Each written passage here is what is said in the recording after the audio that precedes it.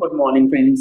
GST platform के YouTube channel में आप सभी का स्वागत है। जी हाँ फ्रेंड्स, आपका जो ऑर्डर है जीएसटी के अंदर अगर वो रिजेक्ट हो गया है, यानी कि आपने लेट सपोज ऑर्डर रिसीव करने के बाद जो अपील फाइल करना था उस अपील को आपने टाइम पर फाइल नहीं किया है और अपील कोर्ट ने यानी कि फर्स्ट अपील में आपका ऑर्डर रिजेक्ट हो गया है, तो क्या अब उस ऑर्डर के अगेंस्ट आप अपेलेट ट्रिब्यूनल में अपनी अपील जो है वो फाइल कर सकते हैं या नहीं? ये आपको पॉइंट ऐसा है जो बहुत अच्छी तरीके से विथ प्रॉपर एनालिसिस जो है वो समझना होगा। अभी क्या हो रहा है, लोग एपीएल 02 और एपीएल 04 के बीच का जो डिफरेंस है उसे समझ ही नहीं रहे हैं और उसे बिना समझे दोनों को एक ही ऑर्डर मान करके जो है वो सारा एनालिसिस और सारी प्लानिंग या सारी कंप्लायंसेस को फॉरगो करने के चक्कर में लगे हुए हैं। तो अब आपको ये बात आज के सेशन में ये समझ में आने वाली है प्रोविजंस क्या हैं और उसके अंदर क्या बातें लिखी हैं गवर्नमेंट ने, और अकॉर्डिंगली जो अभी जीएसटी ट्रिब्यूनल का जो प्रोसीजर लेट डाउन किया गया है उसमें क्या बातें लिखी गई हैं। समझिएगा पूरा का पूरा मैकेनिज्म किस तरीके से काम करता है उसको बहुत अच्छे से।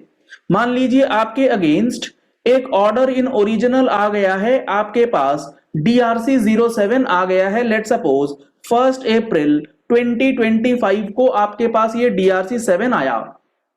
अब आप सबको ये तो पता ही होगा कि अपील करने का जो टाइम पीरियड है, यानी कि फर्स्ट अपील जब आप फाइल करेंगे इसके लिए जो टाइम पीरियड है वो 3 मंथ्स प्लस 1 मंथ है। मान के चलता हूं मैं 4 मंथ का टाइम पीरियड है, यानी कि 1 अप्रैल को अगर आपके पास ऑर्डर रिसीव हो गया है, कम्युनिकेट हो गया है, तो यहां से अब आपके पास एक्सटेंडेड टाइम पीरियड इंक्लूड करके 4 मंथ का समय है, यानी कि 31 जुलाई 2025 तक आप इसकी एपीएल 01 में फाइलिंग जो है ऑनलाइन कर सकते हैं। ये आपका कहीं ना कहीं एक्सेप्ट हो जाएगा। अब आपने अगर 31 जुलाई 2025 से पहले अपील फाइल कर दी है तो अपीलेट अथॉरिटी जो है आपकी फर्स्ट अपीलेट अथॉरिटी वो आपको क्या देंगी, वो आपको प्रोवाइड करेंगी एपीएल 02, यानी कि आपका अपील जो है वो सक्सेसफुली फाइल हो गया और एपीएल 02 में आपके केस को, आपके ऑर्डर के अगेंस्ट जो अपील फाइल हुआ है उसे एडमिट करके आपको एक दे दिया जाएगा अपील नंबर या फिर एआरएन नंबर। आपका अपील नंबर जो है वो फाइनली सबमिटेड स्टेज पे आ जाएगा। अब यहां पर इस बात को समझिएगा, क्या ये एपीएल 02 ऑर्डर है? जी नहीं, एपीएल 02 ऑर्डर नहीं होता है। यह सिंपली एक एक्नॉलेजमेंट है कि हां आपकी अपील हमने एक्सेप्ट कर ली है, आपका अपील जो है फाइनली सबमिट हो गया है। अगर आप सेक्शन 107 के साथ जो रेलिवेंट रूल है उसे आप पढ़ेंगे तो इसमें गवर्नमेंट ने स्पेसिफिकली लिख करके बताया है कि एपीएल 02 जो है वो क्या होता है और वो कब इशू किया जाता है। तो रूल 11210 के अंदर लिखा है इन्होंने 110 के अंदर कि आपने अगर certified copy of the decision or the order appealed against along with the fees specified in the sub rule 5 shall be submitted to the registrar within 7 days of filing appeal and a final acknowledgement indicating the appeal number shall be generated। यानी कि this is a final acknowledgement copy. इस बात को आप समझिए कि ये APL 02 order नहीं है, ये सिर्फ और सिर्फ एक फाइनल एक्नॉलेजमेंट की कॉपी है। अब यहां पर आपने चूंकि टाइम पर अपील फाइल कर दिया था तो आपको फाइनल एक्नॉलेजमेंट मिल गया कि yes your appeal has been admitted. अब इसी के सामने हम लोग एक सिचुएशन लेते हैं जहां पर 31 जुलाई 2025 को आपने अपील फाइल नहीं करी है, आपने बियॉन्ड दैट पीरियड, यानी कि मान लीजिए आपने 1 अक्टूबर 25 को अपील फाइल कराया। अब आपने जब 1 अक्टूबर 25 को अपील फाइल करा तो ये टाइम बार्ड है।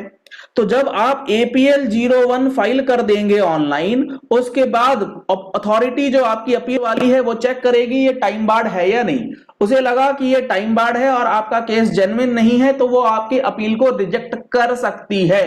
It is not mandatory.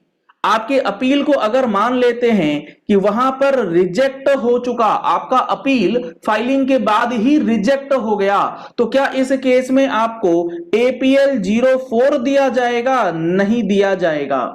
APL 04 तो तब दिया जाएगा जब आपकी सुनवाई हो गई हो और ऑर्डर आपके अगेंस्ट गया। यहां तो सुनवाई नहीं हुई है ना, यहां तो अभी आपका अपील रिजेक्ट हो गया है, यानी कि जो फाइनल एक्नॉलेजमेंट आना चाहिए था एपीएल 02 में, एक्सेप्टेंस वाला, एडमिशन वाला, वो नहीं आया।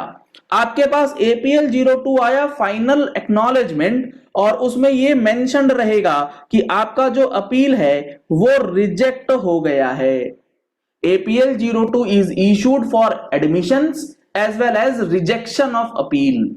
अब यहां पर आपका हो गया है रिजेक्ट अपील, APL 01 के बाद रिजेक्शन हो गया। अब सवाल आता है कि जीएसटी ट्रिब्यूनल जो बना है, क्या इस ट्रिब्यूनल के पास आप इस APL 02 के अगेंस्ट अपील फाइल कर सकते हैं? क्या ये ऑर्डर है? ये ऑर्डर नहीं है, क्योंकि ऑर्डर क्या है?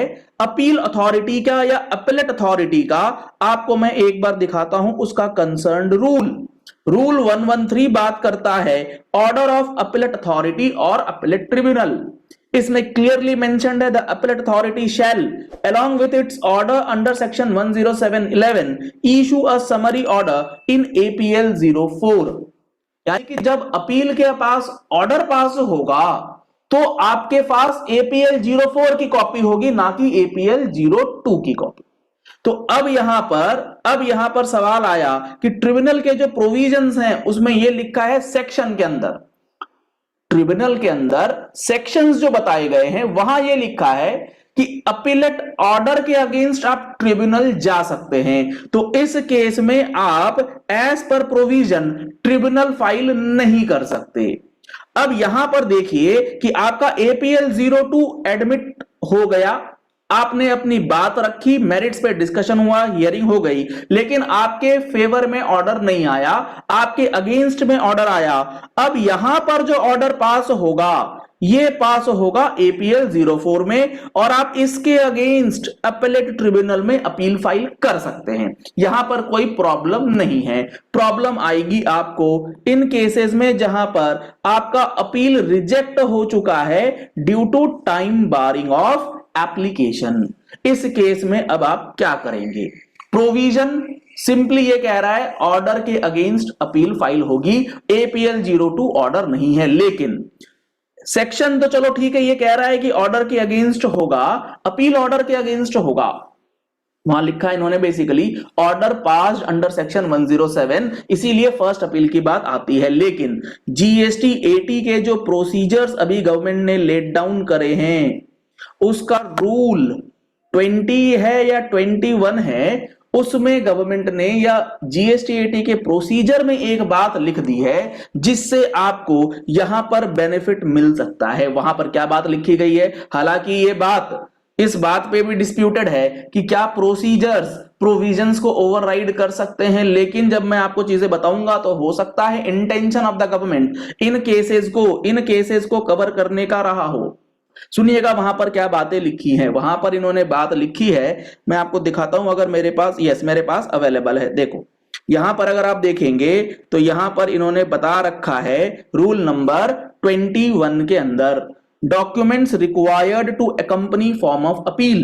ये क्या कहता है? Every form of appeal required to be heard by the appellate tribunal shall be accompanied by a certified copy of the order appealed against in case of an appeal against the original order, the most important term, against the original order passed।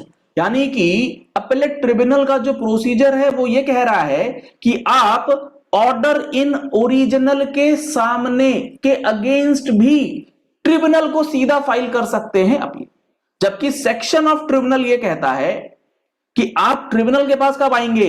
जब आपके पास APL 04 होगा appellate authority के बाद। लेकिन इस procedure को जब आप पढ़ते हैं, यहां ऑर्डर इन ओरिजिनल की बात करी गई है। ऑर्डर इन ओरिजिनल का क्या मतलब होता है? ऑर्डर इन ओरिजिनल का मतलब होता है कि आपने जो ऑर्डर इन ओरिजिनल रिसीव किया है, जिसके अगेंस्ट आप गए थे कहां, आप गए थे फर्स्ट अपील के पास। ये जो हमारा ऑर्डर इन ओरिजिनल हमें 1 अप्रैल 2025 को रिसीव हुआ था, ये जब रिजेक्ट हो गया due to time barred application, तो इसके अगेंस्ट तो आप जीएसटी एटी जा नहीं सकते, लेकिन प्रोसीजर ये कह रहा है कि आप डायरेक्टली इस ऑर्डर को लेकर के आइए जीएसटी एटी के पास।